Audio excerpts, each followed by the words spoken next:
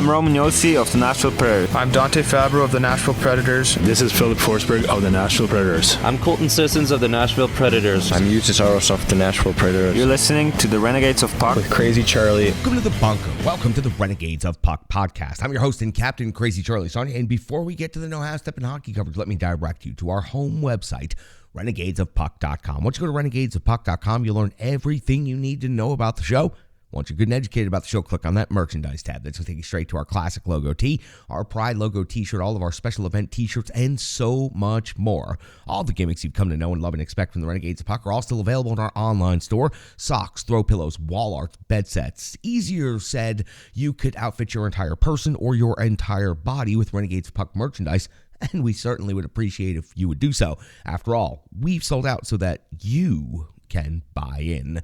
Social media is of critical importance to this independent hockey operation, so listen up. Here's how you can support the Renegades. On YouTube, you can find us, of course, at Renegades of Puck. Very easy. We post all of our episodes and all of our breakdowns and videos all right there on our YouTube channel, and we sure would love if you would give us a subscription, maybe turn on those notification buttons and help us out with a comment from time to time. It's lagging behind a little bit in that particular format, so I will stop plugging it so much when we start seeing those numbers improve. That's kind of how this works. You can also find us on multiple social media platforms. You can find us on X, you can find us on Threads, Instagram, TikTok, and also Facebook. So please follow along with the Renegades Puck on any or all of those platforms, whatever it is that you prefer. We're always there to interact. You can also find the audio podcast on numerous platforms thanks to the Full Press Predators podcast and the Full Press NHL network. We are so proud to be reaching more ears than ever before, going globally now with the Renegades of Puck podcast. So we are so appreciative of everybody behind the scenes there at Full Press that's helping us out and helping get us platformed on every single one of those most popular platforms. Just search Renegades of Puck on your preferred platform today, and it'll bring you the podcast immediately. Spotify is an easy one. Google, Stitcher, those are other places you can find the podcast. That's just off the top of my head.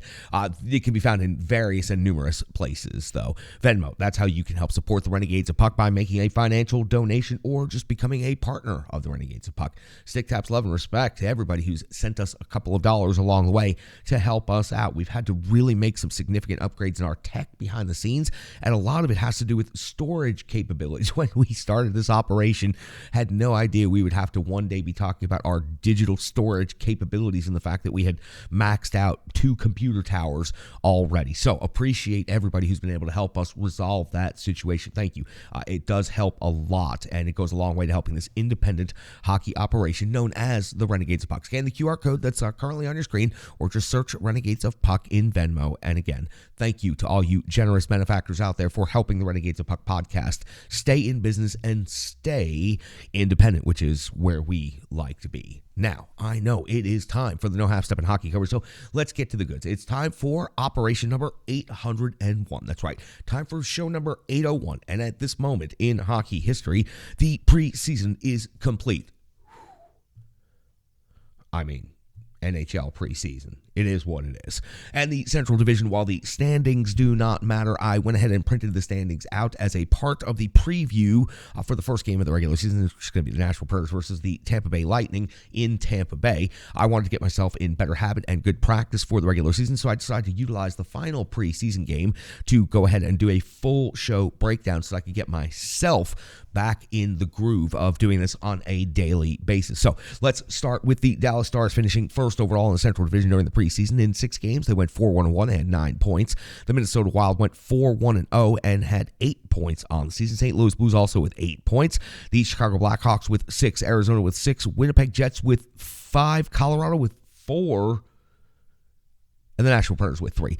With a record of 1-4-1, 6 games played in the preseason, the Nashville Predators were only able to accrue 3 total points. They went 1-0-1 on home ice, but 0-4 on the road. 13 goals for, 22 goals against, a -9 goal differential here in the preseason. But again, these results truly do not matter. The Nashville Predators are dealing with a first-year general manager who has assembled mostly a new roster, a first-year head coach who is not new to the organization, but it's been a minute since he's been a part of the organization, and a totally new style of play for this Nashville Predators team. So I did not expect results in the preseason, but we did see small glimpses. We saw small moments where the Predators could execute the system and could fundamentally work Andrew Brunette's style of play. And when we did see it all put together, it looked impressive. It's going to take some time for the team to adjust after Laviolette and Hines, now to go to Brunette, who is a totally different style than the Predators have ever had in their franchise history, opening things up, faster transition hockey, more speed, more pace, more fun. These are concepts pretty far into a Nashville Predators offensive unit. So it's going to take a little while to get these things instilled and adjusted and become instinctual. And that's a point I'm going to talk about a little bit more during the analysis. But for the Nashville Predators, the preseason is completely wrapped up now. And while it was underwhelming and somewhat exciting for just about every aspect of things, they were able to get 6 games under the belt with a brand new head coach and a lot of new players, and some good competitive roster battles have played out in front of us. As a matter of fact, the Nashville Predators bringing in Fujimo here at the end of the preseason, kind of a surprise, but shows that Barry Trotz is still willing to be aggressive, even right up to the beginning of the regular season. Mark Jankowski did clear waivers, did head to Milwaukee after the pickup of Fujimo. So we'll see what the final cut or two is for the Nashville Predators before we get to this game against Tampa Bay, before the Nashville Predators preseason is wrapped up. And let's now turn the page and move on to the regular season. The Nashville Predators will face off against Tampa Bay in their first game. It'll be the first of 2 meetings between the Nashville Predators and the Tampa Bay Lightning this season. The second one will take place on December the 7th here in Nashville at Bridgestone Arena for the Nashville Predators once they wrap up this game in Tampa Bay at home to open things up Thursday night versus the Seattle Kraken. And then on Saturday, back on the road in Boston. On the 17th, back home versus Edmonton. On the 19th, back on the road at the New York Rangers. On the 21st, back home against San Jose. It is a yo-yo of October for this Nashville Predators team, so it is not going to be easy going into Tampa Bay to open the season with a special start time. Make sure you make a note of that. And then coming home to open the home schedule against Seattle, another playoff team from last year. Not easy. And Boston, Edmonton, of course, provide certain difficulties every time you face off against them. So looking forward to dropping the puck on the season and getting things underway. The Nashville Predators will take on the Tampa Bay Lightning. They went 4-2 in the preseason. They had 8 points total, 3-0 at home, a +2 goal differential for the preseason. Taking just a quick look at a couple of scores from the preseason for the Bolts, just to show you how they were doing. On the 27th of September, a 2-1 overtime win here in Nashville. On the 29th, a 4-0 victory versus Carolina, and then following that up on the last day of September, the 5-4 win versus Nashville on home ice. On the 3rd of October, a 2-0 win versus Florida, and on the 5th of October, it was a 6-3 loss versus Florida. So the Carolina, Florida, Tampa Bay round robin rotation triangle of preseason and training camp continues on for another year.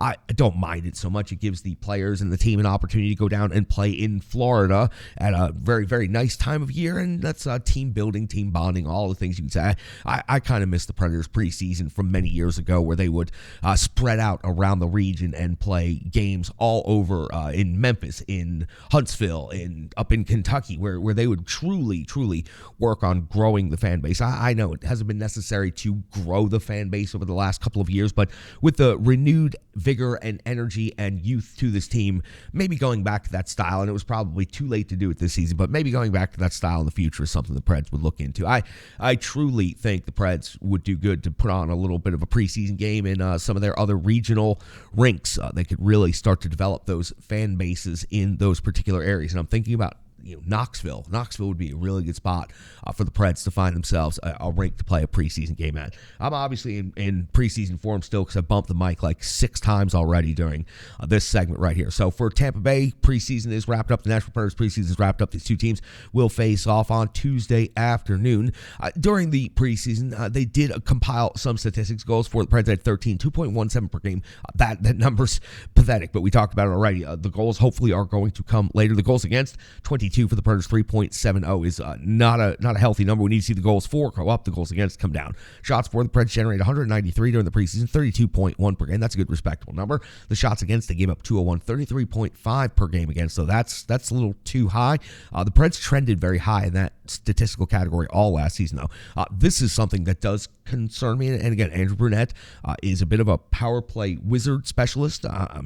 Hopefully not putting too much hype on that, but he definitely turned the New Jersey power play around, and before that, the Florida power play around, and he'll be coaching the power play here, but only 2 of 28 in the entirety of the preseason, 7.1%.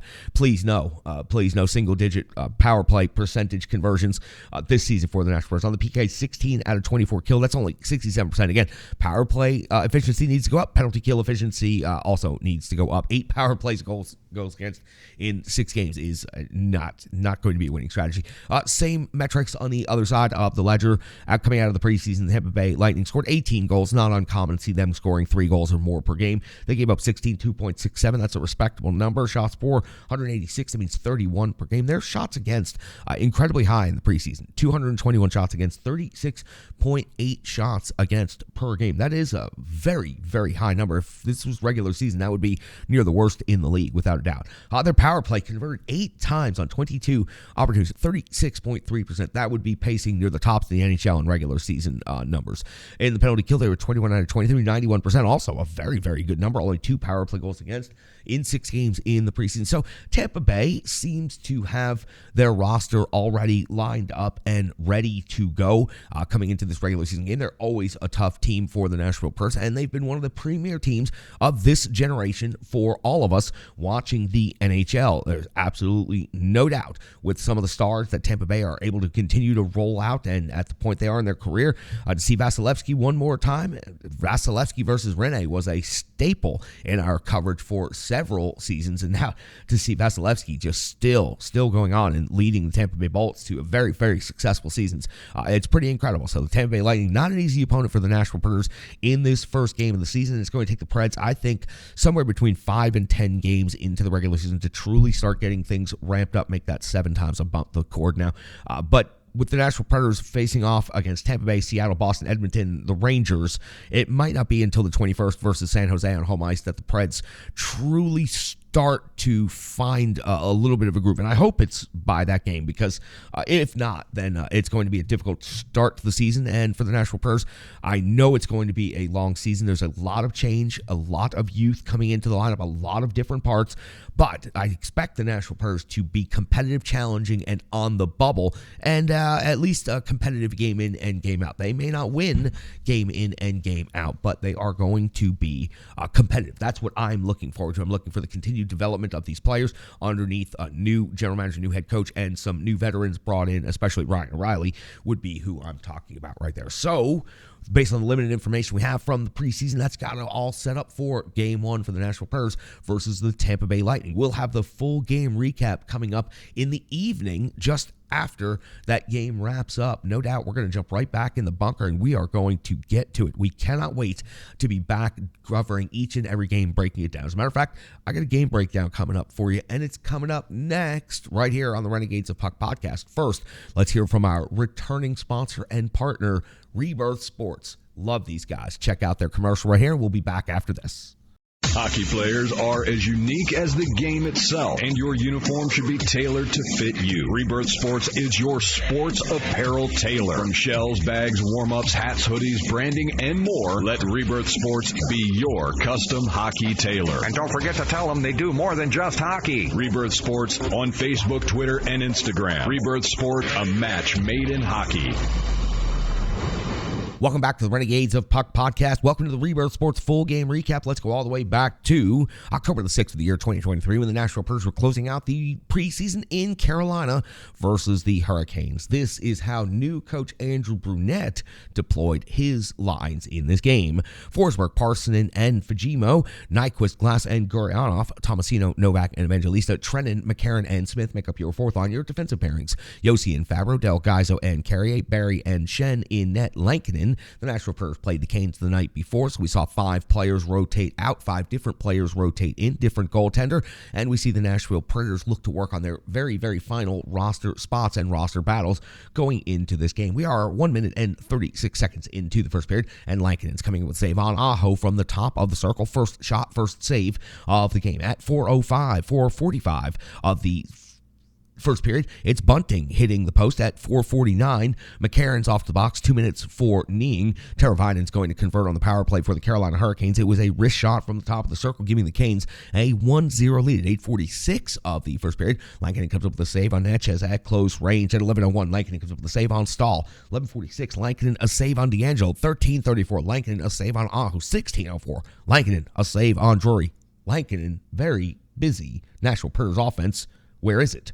Well, we find it right here. 16:24. Anderson comes up with a save on Fujimo. New Nashville Predator playing in his second game with the team, already making a difference. 18:05 in the first period. Lankinen comes up with a save on Natchez again. 18:42. Bunting off to the box.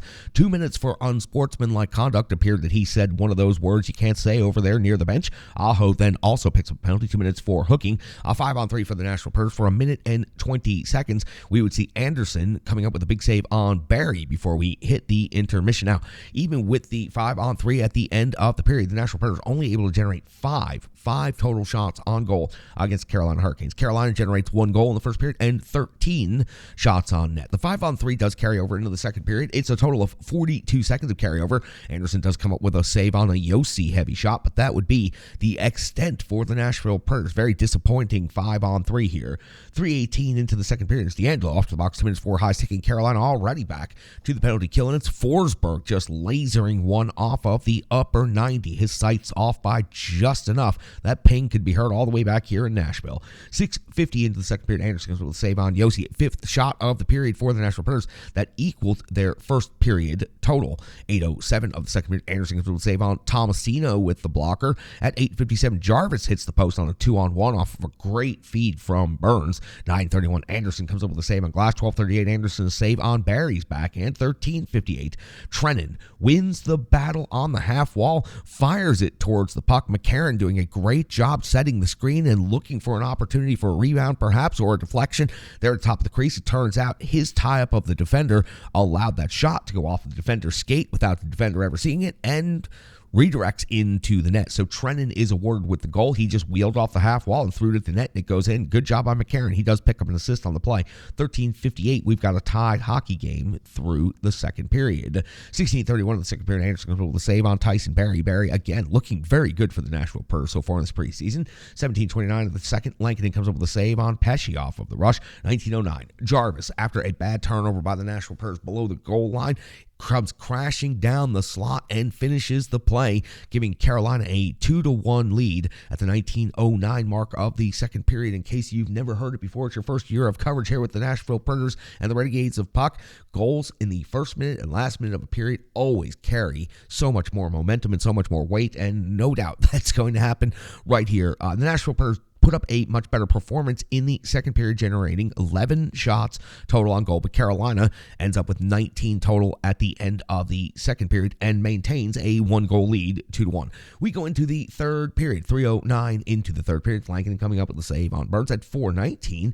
D'Angelo's off the box, 2 minutes for interference. Goryanov did a really nice job right here trying to break free and was interfered with by D'Angelo. Aho, Teravainen, shorthanded scoring chance plus jam, probably 3-4 opportunities at it right here. I honestly don't know how it stayed out. I just have to say Lankinen was strong enough on the play to prevent it from getting across the goal line. At 6:39 of the third period, Anderson comes up with a save on Forsberg. At 7:53, Anderson comes up with a save on Luke Evangelista at close range. Good to see Luke Evangelista up here in training camp and preseason playing good. I've got him penned in as a roster spot on the right side.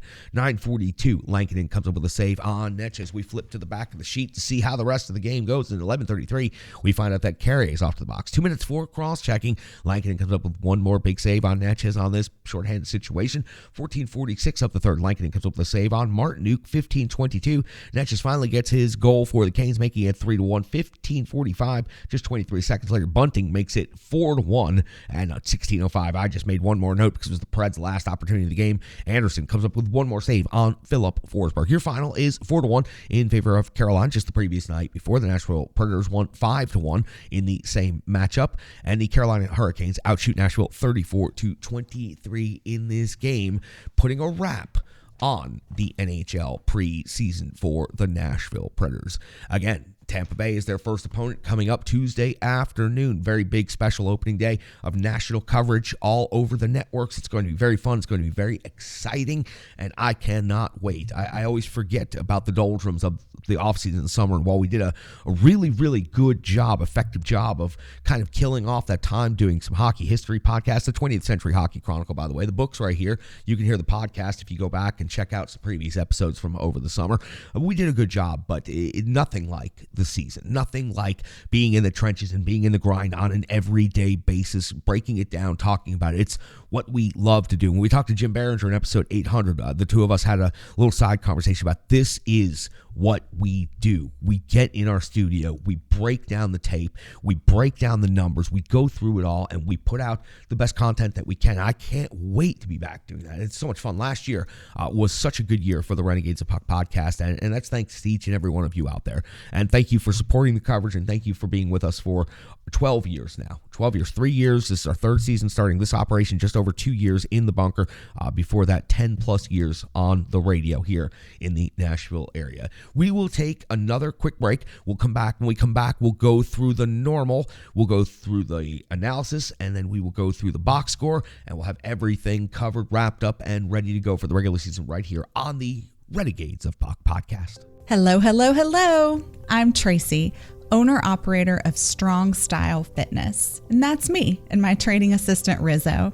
And we are here to bring you fitness that meets you where you are by offering circuit classes, bar-inspired classes, Tabata workouts, boot camps, guided stretching, and more, all taught by a certified personal trainer, me.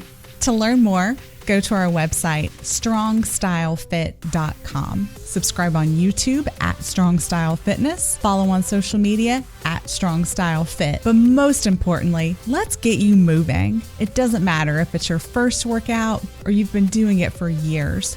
Strong Style Fitness has the workout that meets you on your journey and helps you along the path to a happier, healthier life. I understand where you've been, what you were going through, and where you were going, and I want to take you there. We'll see you on the mat. Mwah. Welcome back to the Renegades of Puck podcast. Let's talk about what happened in this final preseason game and just a couple of other things in general. Lankinen was 30 of 34 in this game, solid until the final minutes of this game. Listen, he did what he could to keep Carolina at bay. As a matter of fact, I thought he played a pretty decent game through about 55 minutes there, and then an onslaught of a couple of goals there at the end of the game. Makes the score look a little lopsided, but I don't want to take anything away from Lankinen. I thought he looked really good, really solid in his performance, and looking forward to him getting about 20 starts this year. I've said it before, 62 and 20. That's the ideal split for your starter and your backup, and I would love to see Lankinen get those 20 starts. He might even get a couple of more because the Preds have 14 back-to-backs before the end of the season, so that's going to be very, very difficult. Trennan, throw it on net, and good things happen. It's just the best lesson for everybody to learn here going into the regular season. Listen, NHL goaltenders are spectacular. NHL defenses are the best in the world, and you never know what's going to find its way into the net. Off of a skate and in, off of the back of somebody's butt and in, off of a leg pad and in.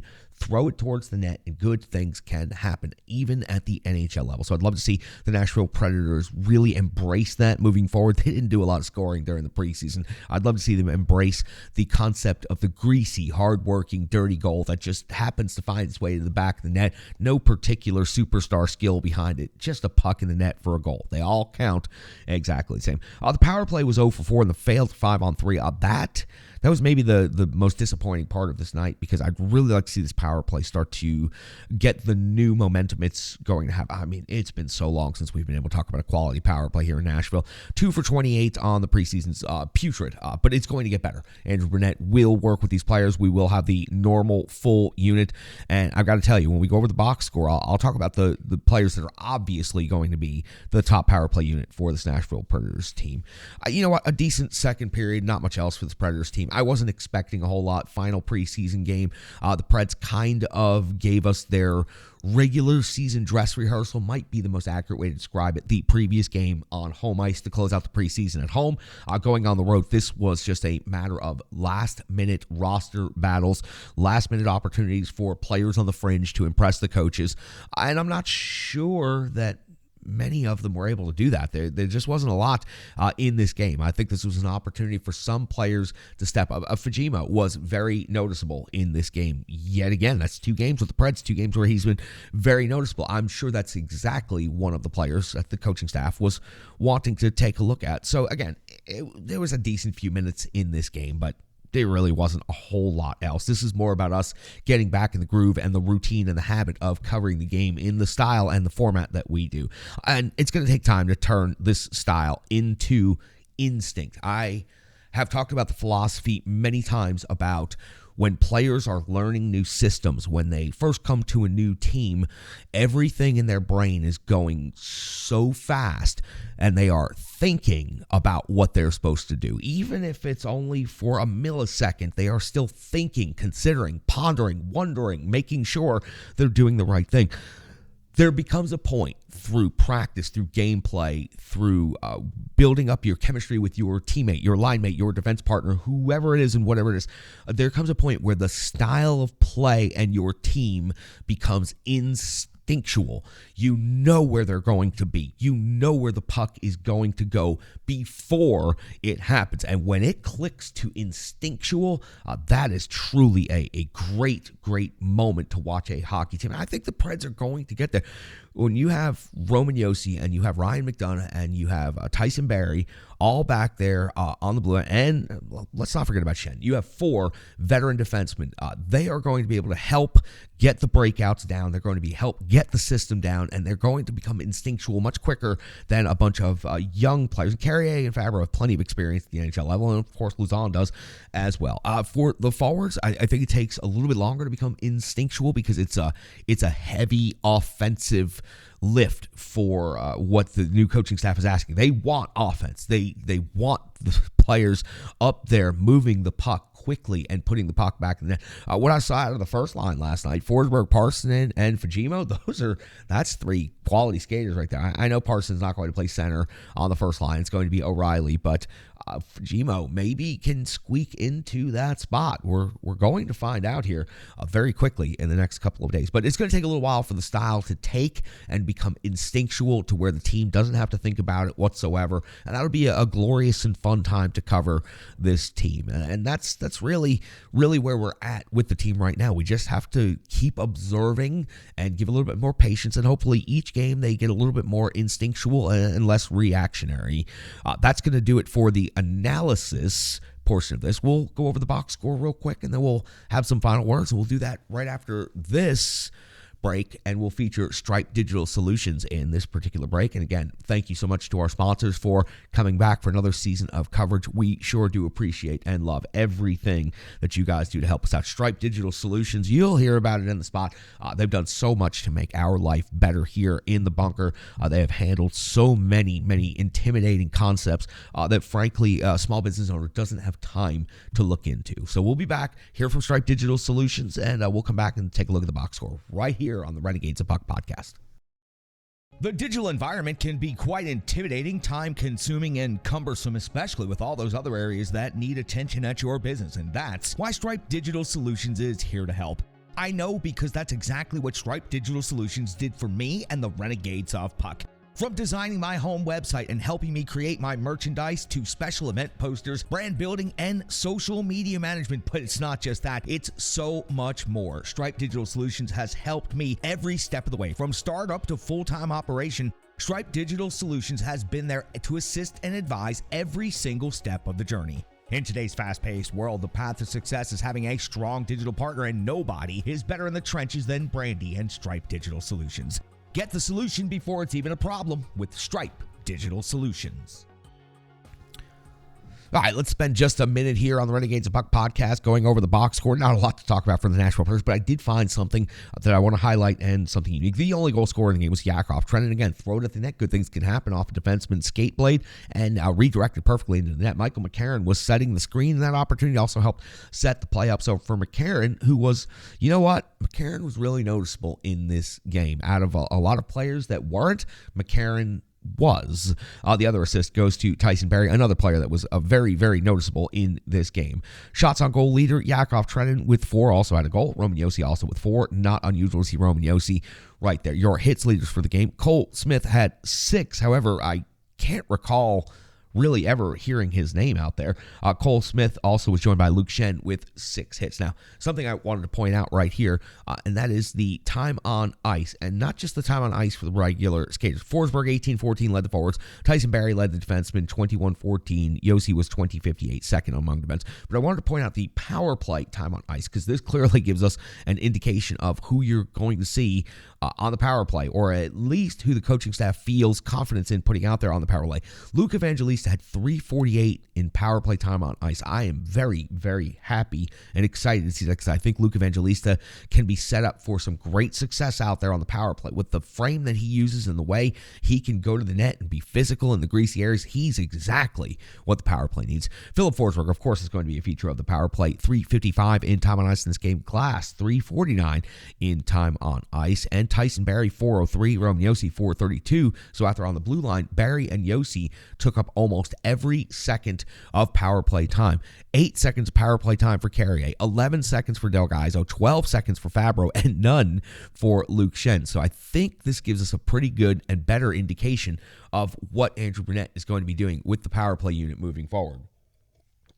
When it comes to the penalty kill, 2:26 for Cole Smith. Again, Cole Smith, to me, is a fringe player. I know that people are more aware of Cole Smith than some of the other fringe players, but I think Cole Smith is truly a fringe player, and I'm not sure how much longer they can continue propping him up. Again, 6 hits in the game, 2:26 penalty kill time on the fourth line, and the other players on the fourth line, Trenton and McCarron, were so much more noticeable in this game. So that's going to do it for the box score. Again, not a lot to talk about when it comes to a preseason box score, but this is about getting back into the ritual and the habit of what we do here and using the format as it will be for the next 82 games and beyond. Hopefully more like 100 games, because that's what we'll need to be playing in Nashville all the way until June, or at least Milwaukee Admirals playing all the way until the end. So appreciate each and every one of you jumping in the trenches with the Renegades of Puck. It's so great to be back. If you missed anything about the season preview, this is the Game 1 preview.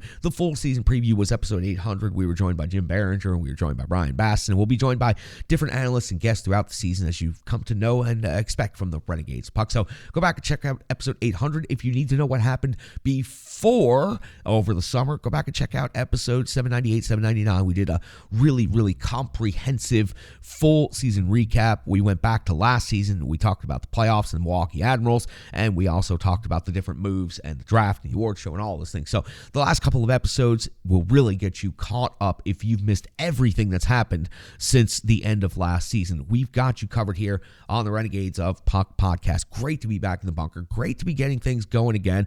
I got to stop hitting the microphone cord, maybe adjust a little bit. Got to get the pipe going a little bit better, and a couple other things got to get touched up around the bunker. But we're going to get to that, and that's, we continue growing, we continue building together. And on the way out, Renegades, just want to tell you, for the Renegades Puck Hockey Club, scored my first goal of the season, and my first goal as a defenseman, and my first goal on the Renegades of Puck just the other night. Sweet face-off win by John Bellucci, straight back to me on top of the circle. I went ahead, took one step to the right, ripped it top corner. At least that's what they tell me. I didn't see it. It went through a lot of bodies on its way in. So pretty good shot by the captain right here, and I got that thing into the net. And unfortunately, the Renegades of Puck fell in that game, 2-1. But I did pick up a goal. Almost had a second one late in the third to tie it at 2 apiece. What a fun moment. It's playing the sport. It's fun. Covering is fun.